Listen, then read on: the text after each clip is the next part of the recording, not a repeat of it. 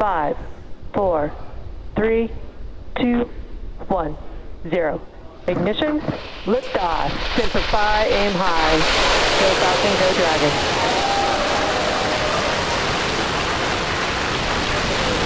Vehicle is pitching downrange.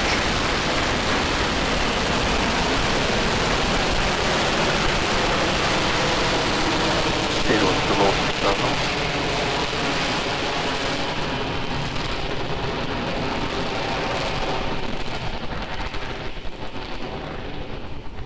T plus 30 seconds. Falcon 9 with the Crew Dragon capsule is heading east from pad 39A. Everything looking good right now. As we get ready for max dynamic pressure, we are now throttling down the first stage engines on the Falcon power 9. And telemetry nominal.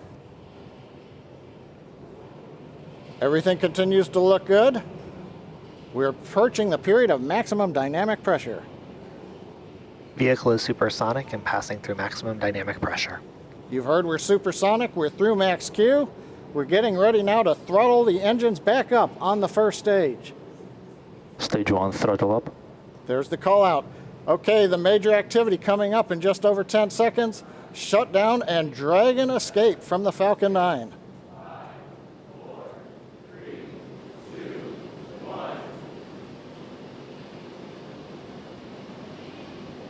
Miko. Dragon launch escape initiated. Dragon's away. And you can hear some really loud cheering in the room. Okay, you just saw a bright flash there. It looks like that may be Falcon 9 breaking up. We've got some loud cheers here in Hawthorne. The folks that just watched live the Dragon separate. The next milestone we have coming up at 2 minutes, 25 seconds, we're expecting to see the trunk jettison. So that claw that connects the trunk to the capsule is going to separate, allowing Dragon to separate from the trunk.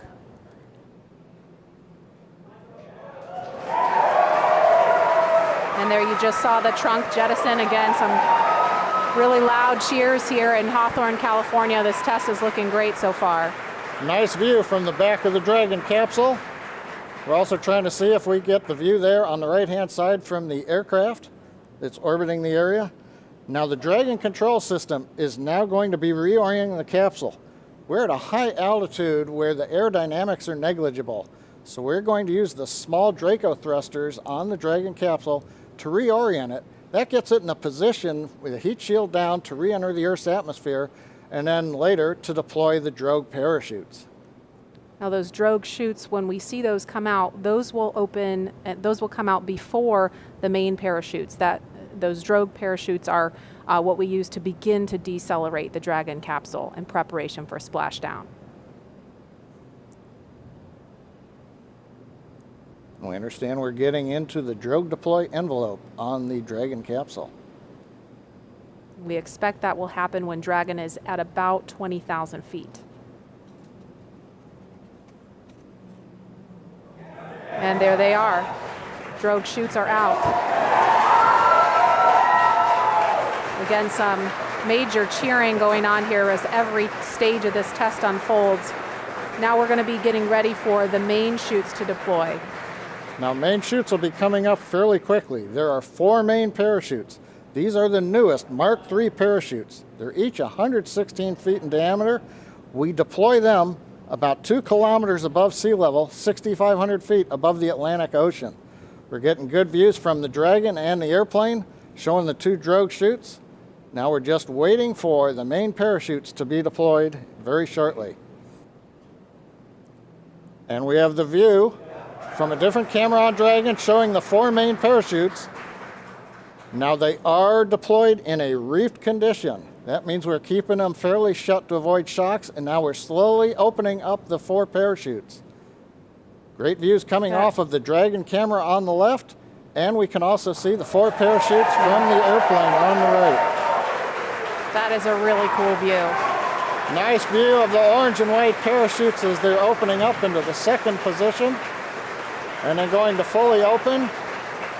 From fully open, we'll be descending about 20 to 25 feet per second down to the Atlantic, So from that 6,500 foot altitude, it's going to take us a few minutes to splash down. Also right now that the mains are out, a sequence is performed on the Dragon, which will reorient the crew seats into a splashdown position, give them a little better angle to take the slow bounce as we hit the ocean. Now those 4 parachutes are actually going to be released from the capsule after splashdown, and they'll be recovered too. And we are down. Down a little bit early, in fact. And there you can see the recovery boat beginning to approach. Let's see, I'd like to likewise just express great appreciation and admiration for the SpaceX and NASA teams that made this happen. Without a lot of dedicated people at SpaceX and NASA, this would not have happened. So it's just thank you for your hard work and dedication to achieving this the success of this mission. There's I think a few points that are kind of exciting to note. That the peak velocity of Dragon during abort was more than double the speed of sound. It went to Mach 2.2 and achieved an altitude of 40 kilometers or 131,000 feet. So I think these are pretty exciting specs. To be for the sport to have gone more than 3 times the altitude of a typical airliner, and to accelerate that rapidly away from a booster. And I think if you saw in the video that the booster actually exploded as expected. So that was very exciting, and it landed in relatively high winds at the ocean level, which I think helps us envelope the mission for when it is crewed, since we expect this to be sort of an enveloping condition for the winds at sea level at the recovery site for when crews are launched. So overall, as far as we can tell thus far, it is a picture-perfect mission. It went as well as one could possibly expect, and again, dedication. This is a reflection of the dedication of the hard work of the SpaceX NASA teams to achieve this goal.